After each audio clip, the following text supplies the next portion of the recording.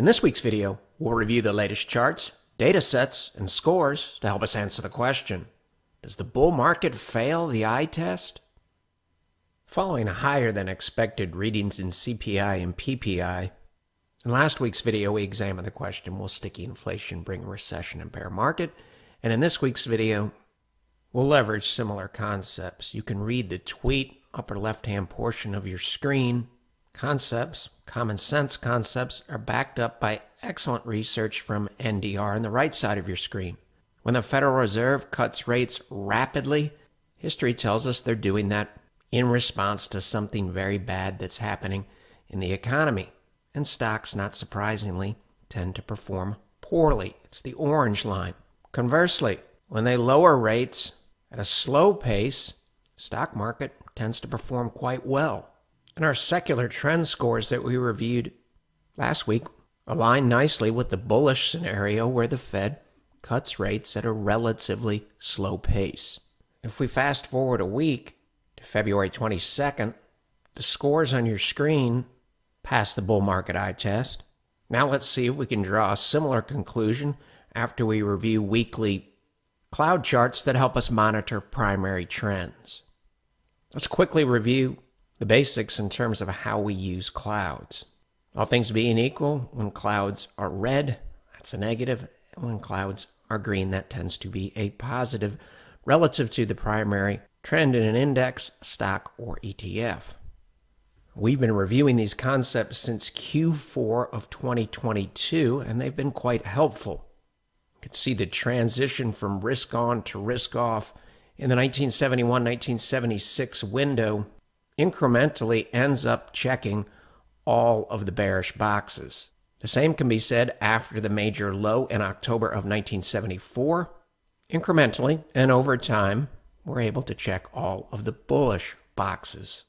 Similar situation as the market rolled over in the year 2000 and then transitioned back to a bullish primary trend after the low in October of 2002. Very similar look in the bearish transition in the financial crisis and the bullish transition after the major low in March of 2009. We look at the exact same chart in February of 2024. Does it look like the concerning portion of your screen here in 2008, or does it look more like the encouraging portion of your screen in late 2009? The answer on February 22nd, 2024, it looks more like the right side of the screen, late 2009. If you pause your video player, you can see that we can check all of the bullish boxes and none of the bearish boxes. Similar transition from the low here in Q4 of 2022 for the NASDAQ. Let's look at the bullish side of the ledger. Green above price, it is. Price above red, it is. Blue above red, it is. Price above the cloud, it is. And has the cloud flipped from red to green? It has. We can say the exact same things about the NASDAQ 100, and it's also noteworthy that the NASDAQ 100, one of the leaders like XLK, has exceeded the high that was made in Q4 of 2021. Very similar comments can be made about the Dow Jones Industrial Average. In the context of these bearish bullet points and these bullish bullet points, if we're objectively reviewing all of the 2024 charts that we just covered, you have to give the bull market a passing grade on the eye test. In last week's video, we used similar concepts to look at the market's tolerance for risk and concerns about economic problems down the road.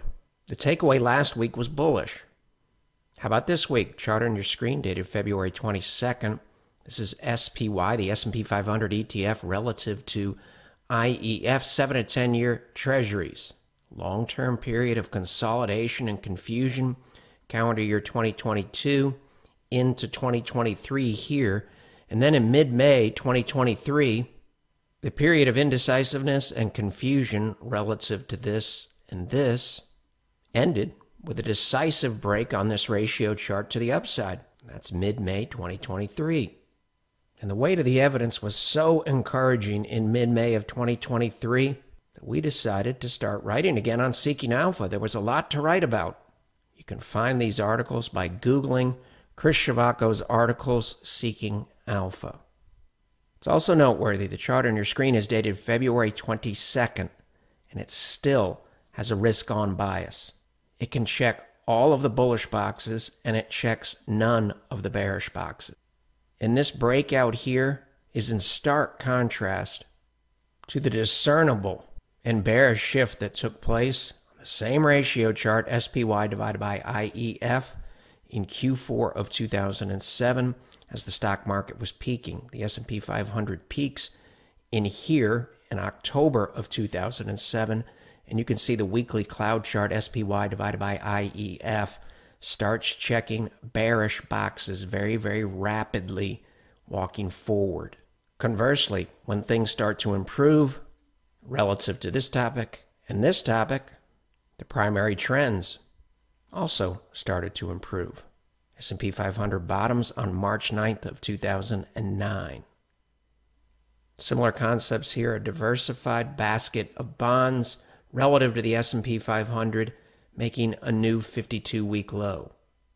Similar concepts here, early 2022, the bear market year, BIL, T-bills divided by SPY. This is a risk-off look here. There was a discernible shift with this breakdown in mid-May 2023, and we have a similar breakdown on February 22nd, 2024. Given what we know today, this breakdown here is similar to this breakdown here, and a lot of good things started to happen walking forward from mid-May of 2023. This is full-bore risk-on IEF divided by SPY, February 22nd. This gives you some historical perspective for that ratio. This is what it looks like during risk-off. Similar concepts here, TLT divided by SPY. The right side of your chart is risk-off and increasing concerns about a recession. Notice when fear is increasing, TLT divided by SPY is increasing. If we look at the same chart on February 22nd, 2024, we don't have anything like that. It too is making a new 52-week low. Since we're using a weight of the evidence approach, just as it was noteworthy last week, it's noteworthy that commodities relative to stocks, the ratio has a waning fear about inflation look. This is February 22nd. This is the ratio chart that we talked about last week. The chart's dated February 15th. This is 2008 here. 2024 way over here on the right side of your screen. We can still draw constructive economic and demographic conclusions when we look at the same ratio on February 22nd. Last week we said we needed to see more small caps relative to the S&P 500, the chart on your screen dated February 15th. We also noted last week that the anchored volume weighted average price lines said this ratio had a lot of work to do, especially if it's going to try to break the primary downtrend. If we look at the same ratio on February 22nd, 2:36 p.m., this is Thursday, small caps IWM underperforming SPY for the week by 2.76%. You can see this ratio is moving from the upper left to lower right. This is small caps divided by the S&P 500. If we look at the ratio of mega caps, the S&P 100 relative to the S&P 500, it's moving from the lower left here to the upper right here on February 22nd, 2024, and is thus far holding the breakout above this high here in 2020. The longer above, the more relevant it becomes. Right now, this looks like a bullish breakout, a retest of that breakout, and now we're trying to print a higher high. As we've discussed in the past, if the long-term trend in interest rates has flipped from a downtrend to an uptrend, that takes a long-term tailwind in terms of borrowing money for small caps and flips it and turns it into a headwind. You can also make an argument that it's hard for small caps from an R&D perspective to keep up with the mega caps in the area of AI.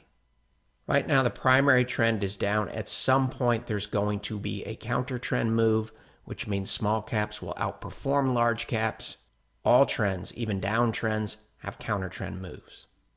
Last week, we said the equal weight S&P 500 really hadn't made any significant progress relative to the S&P 500, the standard weight. On Thursday of this week, RSP was underperforming again for the week.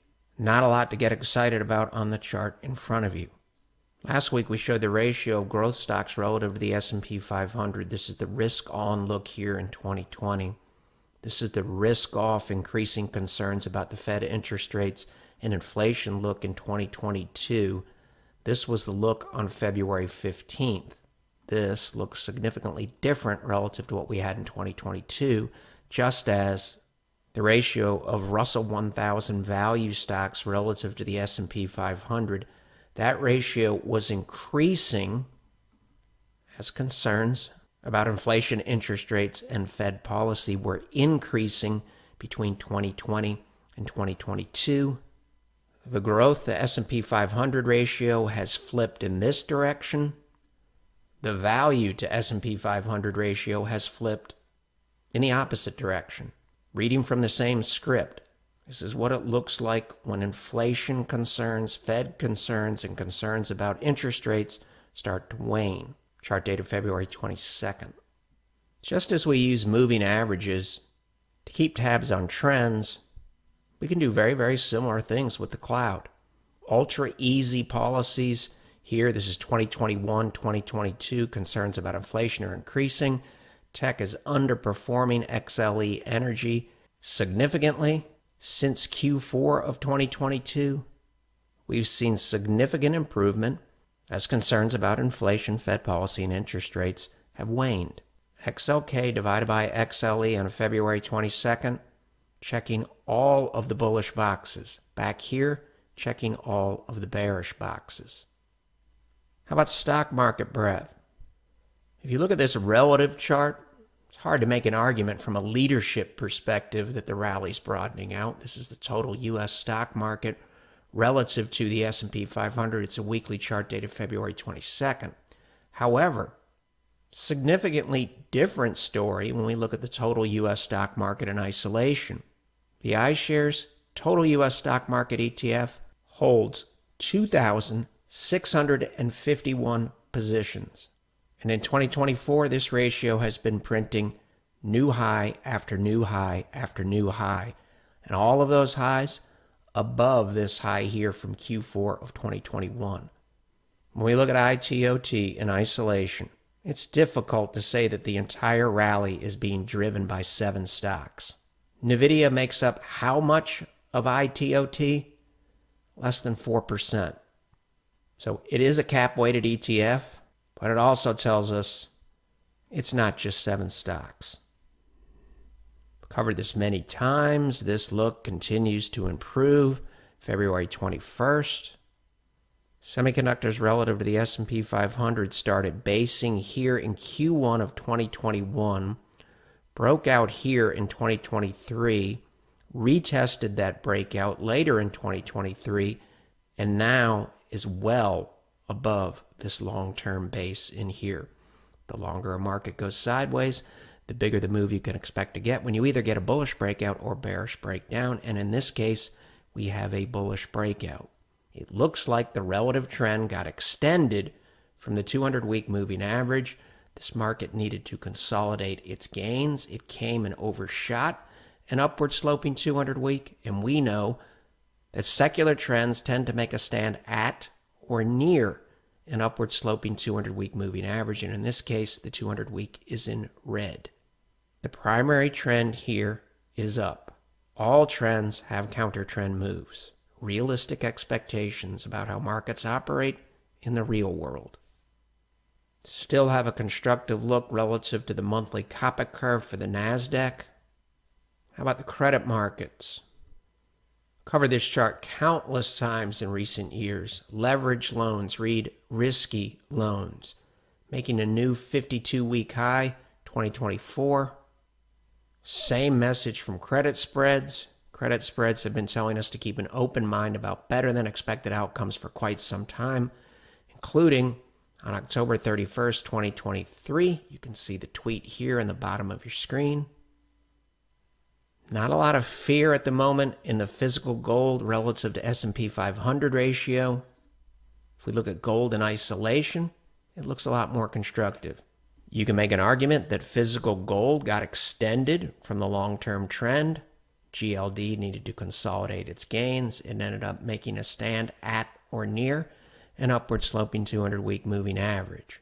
We'll learn something if GLD gets down into this area here, and we'll learn something if it can break above this base here that goes back to calendar year 2020. Quick update on the secular volatility research. All of this still applies. Kathy's checked off 1957 and has moved into 1958. My tedious work for 1964 is complete, and I'm currently in April of 1965. The secular volatility model helps us test the base case, monitor the health of the base case. The base case being that we're in a secular bull market driven by favorable and increasingly favorable in the coming years demographics. History tells us there could still be significant upside in the market in the next 10 to 12 years. However, even if really good things happen, history also tells us that significant, including double-digit drawdowns, are on the way at some point. The model will make sure that we don't let fear related to the left side of the screen prevent us from participating in the secular trend. Secular volatility model will also help us with mitigation level 1 drawdowns. And at some point when the secular trend ends, it should help us with mitigation level 2 drawdowns that can be extremely painful. For now, just as last week, the base case remains firmly intact. If we're in an environment with sticky inflation and rising interest rates, it's going to be very difficult to profit from the secular trend without keeping realistic expectations about how markets operate in the real world. We don't assume anything. Secular volatility model, core market model, the trend strength model will all help us water test that bullish thesis each week. Even in the context of a secular trend, we should expect 4 to 16% drawdowns from time to time, mitigation level 1. At some point, the secular trend will end, and we will have to shift gears to a mitigation level 2 strategy. And we all know the only way that we can use the charts, the weight of the evidence approach, the data, and the models effectively is if we head into next week and every week with that flexible, unbiased, and open mind. The material in this video has no regard to the specific investment objectives, financial situation, or particular needs of any viewer. This video is presented solely for informational purposes and is not to be construed as a solicitation or an offer to buy or sell any securities or any related financial instruments, nor should any of its content be taken as investment advice. Any opinions expressed in this video are subject to change without notice, and Shavaco Capital Management, LLC, or CCM, is not under any obligation to update or keep current the information contained herein. CCM and its respective officers and associates or clients may have an interest in the securities or derivatives of any entities referred to in this material. CCM accepts no liability whatsoever for any loss or damage of any kind arising out of the use of all or any part of this material.